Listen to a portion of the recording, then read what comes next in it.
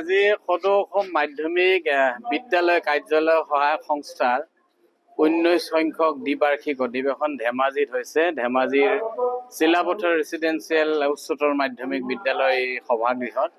আৰু আমি আজিৰ এই অধিৱেশনৰ যি মুকলি সভাৰ উদ্বোধক হিচাপে সদৌ অসম কৰ্মচাৰী পৰিষদৰ সম্পাদক প্ৰধান হিচাপে আমাক আমন্ত্ৰণ জনাইছিলে। আমি ইয়াত অংশগ্ৰহণ কৰিলোঁ আৰু আমি আশাবাদী যে এই অধিৱেশনৰ জৰিয়তে অসমৰ বিভিন্ন প্ৰান্তৰ বিভিন্ন জিলাৰ পৰা অহা মাধ্যমিক বিদ্যালয় কাৰ্যালয় সহায়ক সন্থাৰ সতীৰ্থ প্ৰতিনিধিসকলৰ যিসমূহ সমস্যা পদোন্নতিকে আদি কৰি বা তেখেতসকলৰ যি স্নাতক পৰ্যায়ৰ দৰমহা পোৱাৰ যি দাবী, এই দাবীৰ ন্যায্যতা প্ৰদান কৰি অসম চৰকাৰে অতি শীঘ্ৰে তেখেতসকলক স্নাতক পৰ্যায়ৰ দৰমহা প্ৰদান কৰিব। তেখেতসকলৰ পদোন্নতিৰ ব্যৱস্থা 2.1% দুগৰাকী কনিষ্ঠ সহায়কৰ পৰিৱৰ্তে এগৰাকীকৈ জ্যেষ্ঠ সহায়ক পদ সৃষ্টি কৰি তেখেতসকলক পদোন্নতিৰ ব্যৱস্থা কৰিব লাগে।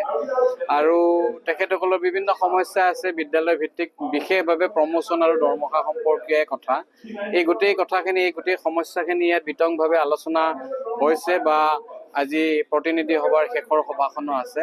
খুব সুন্দৰকৈ আলোচনা হয়, এক সমাধান সূত্ৰ নিৰূপণ হ'ব। আৰু আমি সদৌ অসম কৰ্মচাৰী পৰিষদ তেখেতসকলৰ জ্যেষ্ঠ ভাতৃ সংগঠন হিচাপে তেখেতসকলৰ সমস্যাৱলী অসম চৰকাৰলৈ আগুৱাই নিয়াৰ ক্ষেত্ৰত আমাৰ গুৰু দায়িত্ব নিশ্চিতভাৱে থাকিব।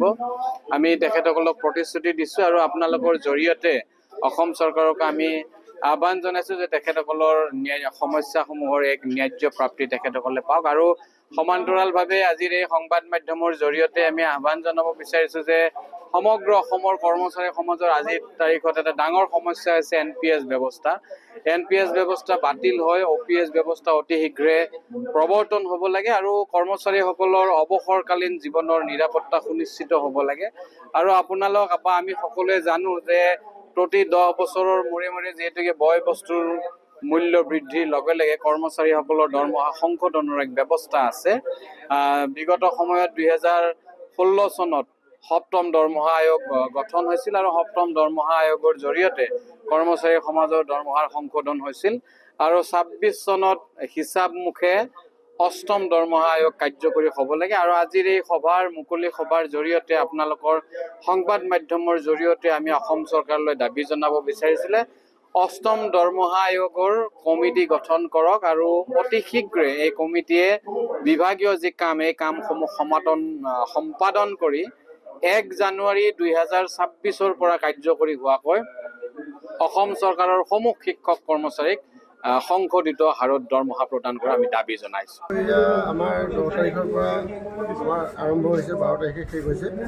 10 তাৰিখে আমাৰ ধেমাজি জিলাৰ প্ৰতিনিধি সভা, কালি আমাৰ সদৌ অসম মাধ্যমিক বিদ্যালয় কাৰ্যালয় সহায়ক সংস্থাৰ 19 সংখ্যক দ্বিবাৰ্ষিক ধেমাজি অধিৱেশনৰ প্ৰতিনিধি সভাত আমাৰ বিশেষকৈ আমাৰ কাৰ্যালয় সহায়কসকলৰ যিসকল আচলতে স্নাতকসকলক স্নাতক হাৰত দৰমহা দিব লাগে।